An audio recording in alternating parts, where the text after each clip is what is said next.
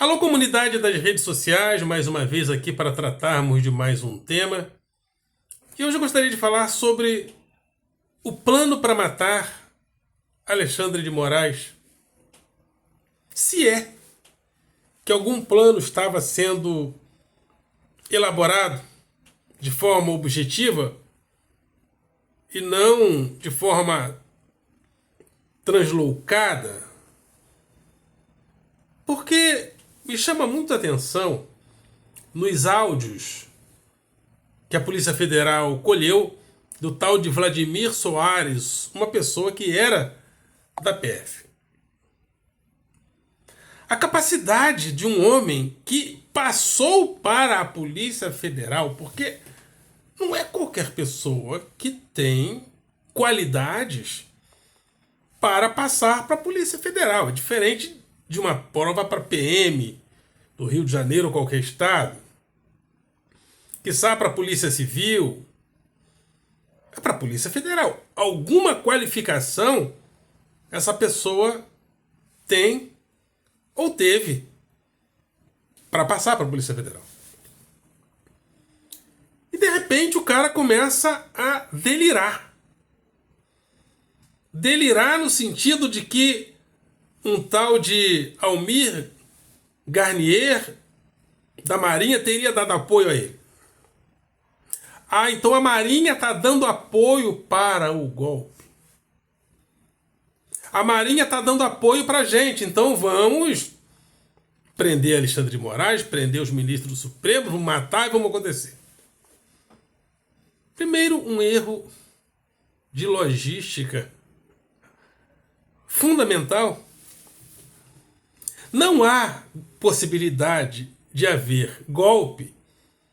Primeiro, não havia nenhuma infraestrutura, as elites econômicas do país não estavam interessadas em golpe, o exército não estava se organizando nem a curto prazo para isso, não havia cenário internacional para isso, não estava acontecendo nada em relação à possibilidade de haver um golpe.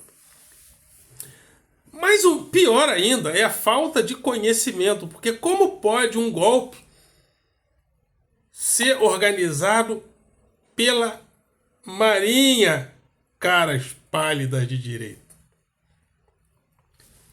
Um golpe militar, ele precisa ser feito a partir de uma logística que só pode ser organizada prioritariamente pelo exército, porque o golpe vai ter que abordar pessoas, assediar pessoas, prender pessoas.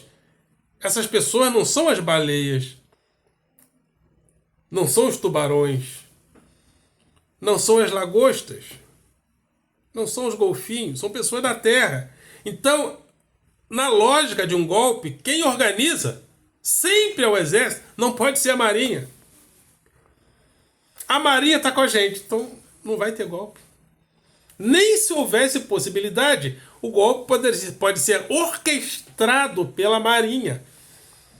E muito menos pela aeronáutica, porque as pessoas vai prender quem?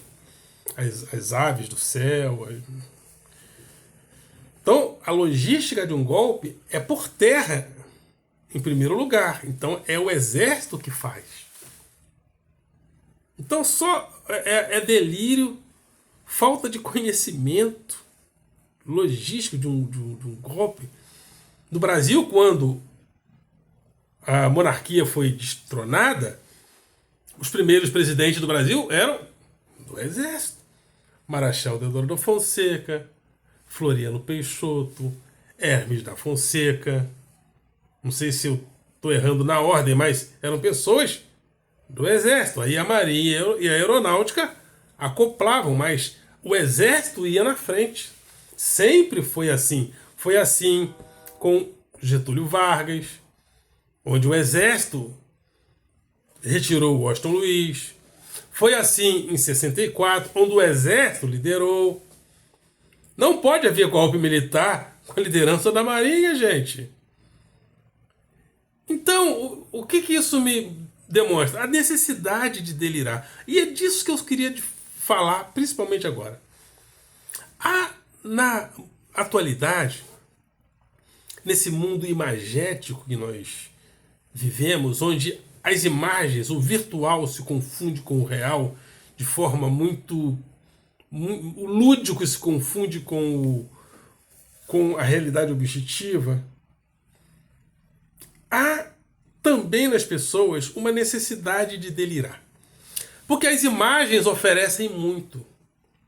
Como as imagens oferecem muito, e a imagem da exuberância é exorbitante, além da capacidade que muita gente tem de ostentar através das imagens, nós, mas que somos do degrau de baixo dessa pirâmide, não temos como acompanhar de forma tão acelerada, até porque a distância entre ricos e pobres se avoluma a cada dia. Então, olhando esse conteúdo todo de imagens que chega, de informações que chegam, aí a pessoa começa a clicar sobre golpe, aí chega um montão de informações sobre golpe, imagens verdadeiras, imagens falsas, e a pessoa começa a desenvolver uma necessidade de delirar. Eu fiz parte de um centro espiritualista, né? Poderia ser chamado também de igreja. Eu gostava muito, e até hoje me identifico muito com a pregação do apóstolo José Luiz de Jesus, que na época tinha uma pregação muito interessante, no sentido de que não há diabo, não há pecado, não há inferno, e realmente ele demonstrava biblicamente, e eu me identificava muito com aquilo. De repente, neste mundo imagético, as pessoas começaram a... Bom, ele é pastor, apóstolo, Jesus Cristo, Deus, e ele foi crescendo na escala dos predicados. De repente, não contente com o que nós alcançamos na época, vai chegar um dia que o apóstolo, as pessoas começaram a falar, vai ser transformado e nossos corpos vão ser transformados também, e aquilo começou a ganhar uma febre, e vai ter o dia da transformação. E eu percebia que as pessoas tinham uma necessidade muito grande de delirar. Não que eu não tenha delirado também, mas eu não tinha necessidade de delirar. Eu delirei porque delirei. De repente o dia marcado da transformação não aconteceu. Alguns piraram, alguns se deprimiram. Eu conheço um que fica em Bom Sucesso andando para baixo e para cima com o olho arregalado, porque a necessidade de delirar afetou alguns de forma muito trágica. Eu delirei, mas observei. Mas depois nada aconteceu, voltei para minha vida, tranquilo, sem problema, e guardei as palavras do apóstolo que me ajudam até hoje. Eu fiz parte também de um grupo de locutores, né? Locutores comerciais. Um dia um dos locutores, né, que tinha uma liderança boa entre os locutores, quis se candidatar a um cargo político. Ok, vamos então... Aí tudo que eu propunha, às vezes, vamos pessoal, vamos fazer assim, vamos buscar essa estratégia. A estratégia nunca aparecia. E as pessoas foram delirando, e de repente o cara que era candidato se deprimiu e nada aconteceu. E havia uma necessidade de delirar. Às vezes a pessoa não faz nem o que é para fazer, mas ela precisa e quer delirar. A imagem, o apelo da imagem diante da frustração. Nós estamos num mundo neoliberal onde a cada dia a distância entre ricos e pobres aumenta. Há uma frustração porque o rico da minha época de adolescência já não é mais rico mais. Eles precisam culpar alguém. Quem é esse culpado? É o Lula. Então o Lula roubou. Então criou-se uma teia de delírio, então vamos em cima do Lula. É o Lula o culpado. Eu era rico. Hoje o capitalismo é financeiro, não é industrial. Então a concentração de renda que havia na indústria e no comércio, ela é cada dia transferida para o setor financeiro. Isso vai gerando uma frustração. Essa frustração é bombardeada por imagens de possibilidades, né? De aplicação daqui, aplicação dali, tigrinho daqui, tigrinho dali, bet daqui, bet dali. E as pessoas vão delirando, delirando. Alguns já estão endividados com as bets da vida, com os tigrinhos da vida. E nós criamos nessa sociedade atual uma necessidade de delirar. E essa necessidade de delirar está muito presente nas palavras do tal de Vladimir Soares, que tinha tudo para ser uma pessoa minimamente normal, passou na prova da Polícia Federal. Se eu ganhasse, por exemplo, tenho um salário de professor, preciso me desdobrar para fazer as coisas que eu gosto muito de viajar pelo mundo. Se eu tivesse o salário de um policial federal, poxa, eu viajaria muito mais. Mas não. Tem que delirar. Vamos. A Marinha tá com a gente. A Marinha tá com a gente. Tá fechado. Não tinha nada acontecendo. Absolutamente nada acontecendo em relação à intervenção militar, a golpe. Por que as pessoas acreditaram? Também por uma necessidade de delirar. E tem gente que até agora não se recuperou. Sila Malafaia não se recuperou ainda não. Ele ainda está delirando. Ou botando muita gente para delirar. Essa necessidade de delirar, mantendo a normalidade, aí é que está a questão também. Quando a gente rompe as fronteiras entre o real e o virtual, quando as imagens começam a se avolumar de forma absoluta, ou quase absoluta diante dos nossos smartphones e iPhones, o delírio já não é mais a loucura tradicional, onde nós tínhamos um lugar para colocar o louco, os hospícios, lugares específicos para colocar pessoas que deliram. Não, as pessoas deliram dentro de uma maquinaria delirante bombardeada por imagens. É como se nós vivêssemos numa sociedade que precisa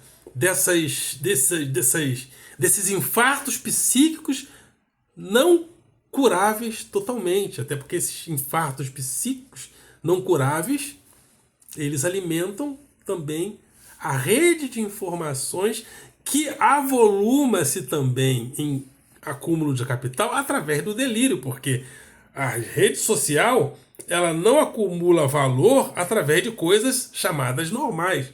Elas precisam do delírio. E essa necessidade de delirar também é a necessidade de conviver com o delírio. Eu vi uma senhora, eu preciso inclusive buscar o nome dela e buscar também mais sobre a pesquisa dela. Mas ela é PhD em farmacologia, se não me engano, e ela disse que ela afirma que ela afirma que está documentado, por isso que eu tenho que achá-la. Ela diz que hoje a farmacologia não está interessada em cura, e sim em manter as pessoas com as doenças, porém vivas por mais tempo, devido às químicas necessárias à produção de alimentos, etc, etc.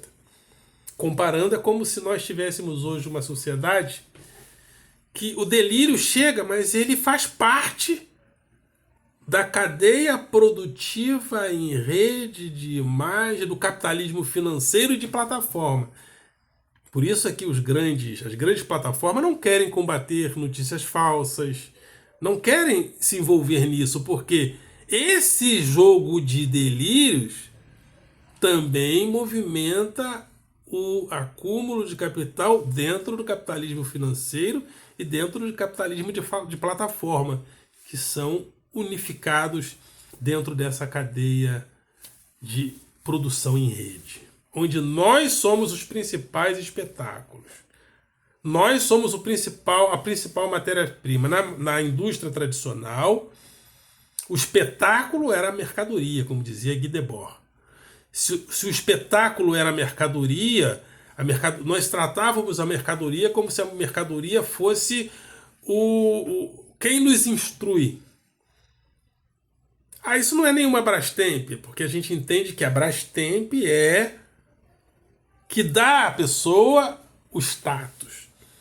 O sujeito está com uma Ferrari, a Ferrari dá o status. É o espetáculo da mercadoria. Não é o sujeito através do seu trabalho e do que ele é. Nós olhamos para o que ele consome e o produto, a mercadoria, se torna o espetáculo. Hoje, no capitalismo de plataforma, o espetáculo somos nós. Com todas as nossas idiosincrasias e contradições.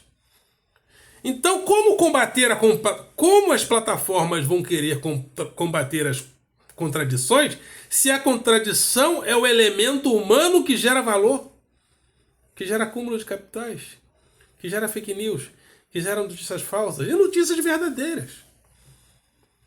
Mas nós somos uma sociedade hoje viciada em informações e viciada em informações bombásticas. Não basta, é como se nós precisássemos de overdose de informações bombásticas, de informações hiperreais, né? De simulações e simulacros, usando aqui o termo de Baudrillard num livro de mesmo nome.